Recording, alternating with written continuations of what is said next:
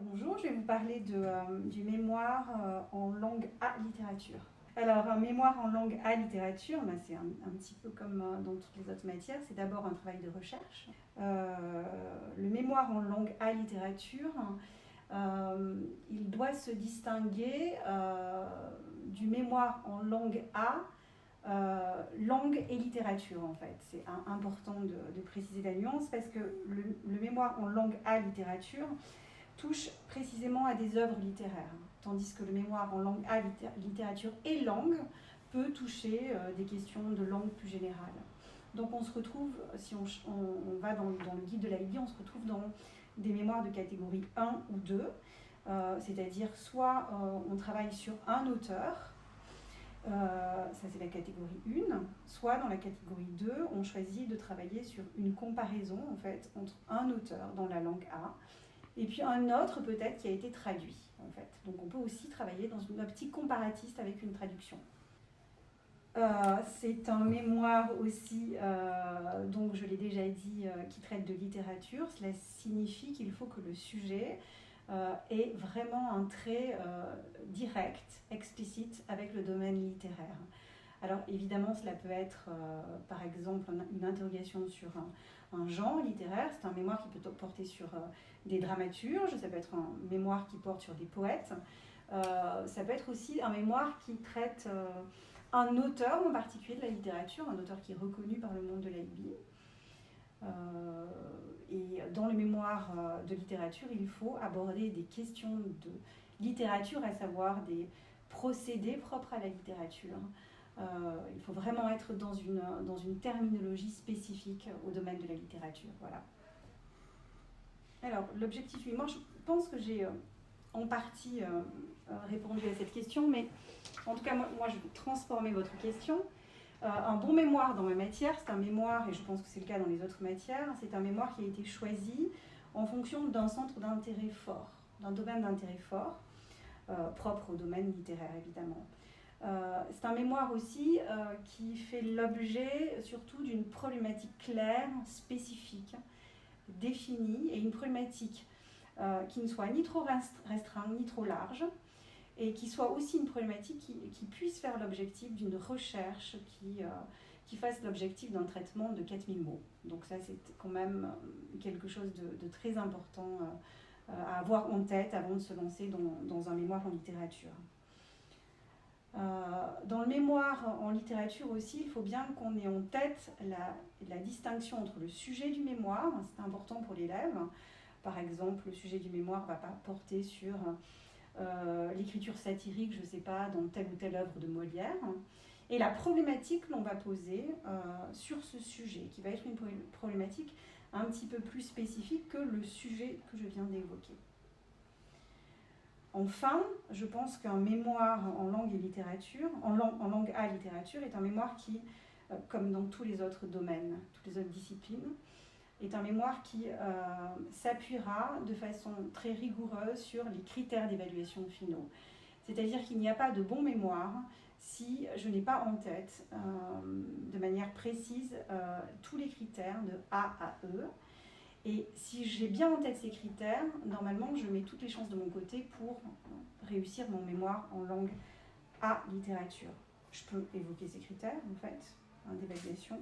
Donc il y a cette question de la problématique, la question de recherche qui doit être claire, spécifique, en rapport très net avec la littérature et qui ne soit pas trop restreint, ni trop général, ni trop évident non plus. Ce n'est pas une question à laquelle on peut répondre de manière très claire d'emblée sans avoir mené la recherche.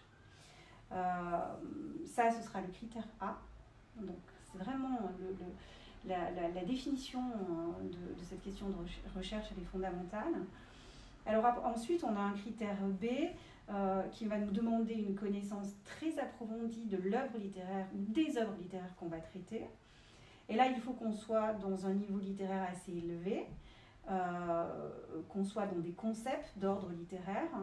Et puis surtout, cette connaissance approfondie des œuvres littéraires qu'on va traiter, elle doit s'appuyer sur ce qu'on appelle des sources secondaires, c'est-à-dire tout un appareil critique qu'on aura construit dans l'élaboration de notre mémoire. Par exemple, si je travaille sur un dramaturge qui est Molière. Alors évidemment, je ne peux pas travailler de manière générale sur Molière, ça c'est vraiment un sujet trop large, mais une fois que j'ai défini un sujet puis une problématique ciblée, je vais devoir surtout faire des recherches sur ce dramaturge et aller regarder du côté de la critique littéraire tout ce que je peux trouver sur ce dramaturge. Et la qualité de ces sources secondaires contribuera aussi à ce critère B, c'est-à-dire à la qualité de ma connaissance de l'œuvre littéraire. Ça, c'est le critère B. Il y a un autre critère, donc c'est le critère C, qui est un critère, il me semble que c'est le critère le plus important, qui est sur 12 points, tandis que les autres sont sur 6 points. Ce critère, il me demande d'avoir une pensée analytique claire, de développer une argumentation claire.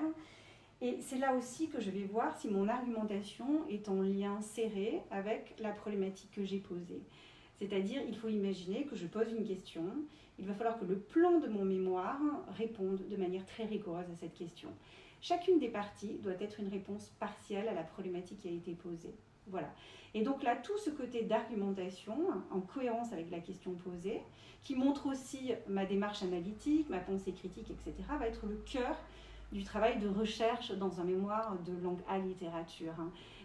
Montrer qu'on a une pensée critique développée, cohérente, qui répond à une question posée, etc. Alors c'est un critère quand même qui est très important puisqu'il est sur 12 points le plus important. Enfin, j'ai le critère D, qui n'est pas à négliger, c'est celui de la présentation de mon mémoire. Il doit répondre à des normes, en fait. Il y a un titre qui va apparaître quelque part. Je dois mentionner mes sources, etc. Donc c'est très facile pour l'élève de respecter tous ces éléments et du coup d'avoir les points requis pour le critère D. Enfin, le critère E consiste à examiner tout ce qui relève de l'investissement de l'élève dans son mémoire. Et là, il s'agit de remplir un formulaire régulièrement avec le maître accompagnant, où dans le formulaire, nous allons trouver les différentes étapes de la construction du mémoire. Alors, de l'étape première de la recherche de la problématique jusqu'à l'étape finale de la rédaction. Il faut que tous ces échanges avec le maître accompagnant soient mentionnés sur ce formulaire. Et dans ce formulaire, on peut voir aussi la qualité de l'investissement de l'élève, la qualité de son autonomie aussi. Et c'est un critère qui est très important aussi. Donc il me semble que ce soit en littérature ou dans n'importe quelle discipline, pour réussir un mémoire, il faut d'abord avoir choisi un domaine de recherche qui suscite chez nous un intérêt, avoir choisi une problématique claire et ciblée, qui correspond à tous les critères d'une bonne problématique, et puis s'en tenir très précisément aux critères d'évaluation qui vont faire l'objet de l'évaluation finale. Et dans ce cas-là, on a toutes les chances de réussir son mémoire en langue A littérature. Alors j'en ai une là sous les yeux, je l'avais préparée. Par exemple, en quoi l'exil se loge-t-il au cœur de la langue dans le roman Parle à ta mère de Leïla Sebar. Alors c'est une élève qui a proposé cette question de recherche, donc sur ce roman Parle à ta mère de Leïla Sebar. C'est une élève que j'ai suivie en mémoire il y a, je crois, 2 ans, et qui a eu A dans son mémoire, ce qui est quand même en langue A littérature, le A, il n'est pas si fréquent que ça, en fait, parce que les mémoires dans le domaine des sciences humaines sont beaucoup choisis par les élèves. Mais vraiment, les élèves qui arrivent à avoir A, ils ne sont pas si nombreux que ça. Et on voit bien que dans cette question, en quoi l'exil se loge-t-il au cœur de la langue dans le roman Parle à ta mère de Leïla Sebar, on voit bien qu'on a une question de recherche qui est très ciblée, c'est la question de l'exil.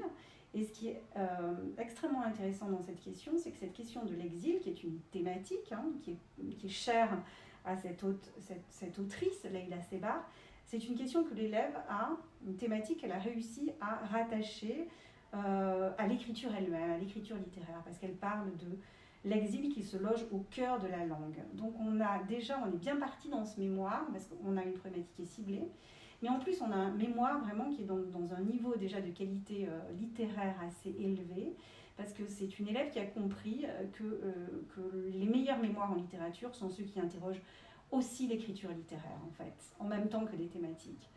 Excellent mémoire aussi, parce que chacune de ces parties répondait en partie à cette problématique, et que c'était un mémoire qui était très richement agrémenté par des sources, et des sources variées, solides et légitimes. Peut-être que si je repars de la question de recherche de mon élève et que je la transforme en une mauvaise question de recherche, ça pourrait donner comment Leïla Sebar traite de l'exil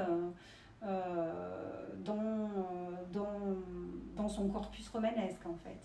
Pourquoi est-ce que ça, ce serait peut-être pas une mauvaise question de recherche, mais en tout cas une question de recherche difficile à tenir parce que le sujet est trop large. Là, il est question de toute l'œuvre romanesque de Leïla Sebar. Et puis en plus, là, on est juste dans une thématique, une entrée thématique qui est moins pertinente que l'entrée qui va lier le thème à l'écriture romanesque, en fait. Donc, ce que je viens de proposer là comme question de recherche, c'est moins convaincant parce que c'est beaucoup plus large et trop ouvert. Du coup, l'élève va avoir du mal à traiter la question de manière un petit peu précise. Il va forcément être dans une réflexion assez large et du coup qui va perdre en rigueur.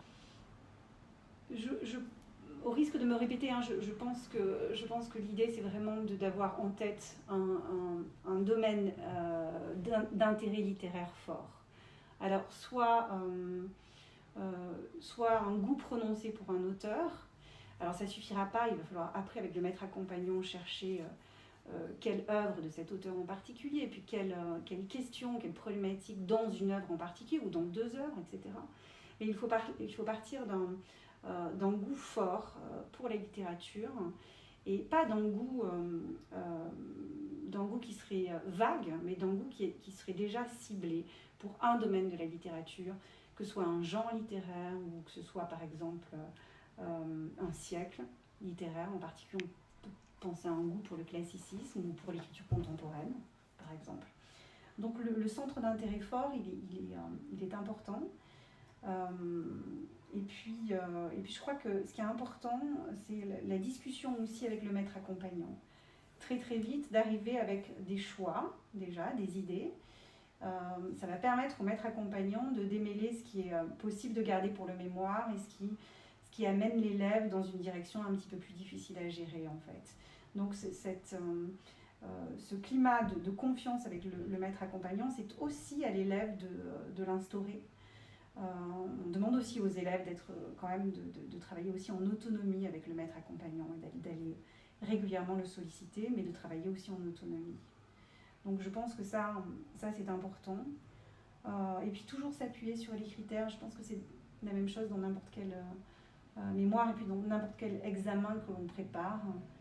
Savoir sur quoi on est évalué, ça aide vraiment à réussir son évaluation. On peut aussi, par exemple, dans le domaine de la littérature, songer à une comparaison avec une œuvre cinématographique, j'en ai pas parlé. On peut très bien aussi songer à analyser des chansons, un corpus de chansons. Par exemple, j'avais une élève l'an dernier, enfin il y a 2 ans aussi, qui avait travaillé sur un élève qui avait travaillé sur Brel, Jacques Brel, une autre élève qui avait travaillé sur Georges Brassens. Mais il faut que le film ou le corpus de chansons soit toujours en lien avec des problématiques littéraires en fait. Par exemple sur Brel, c'était la question de la satire dans une partie de ses chansons en fait. Alors ça c'était le sujet, hein. Évidemment la problématique était plus ciblée.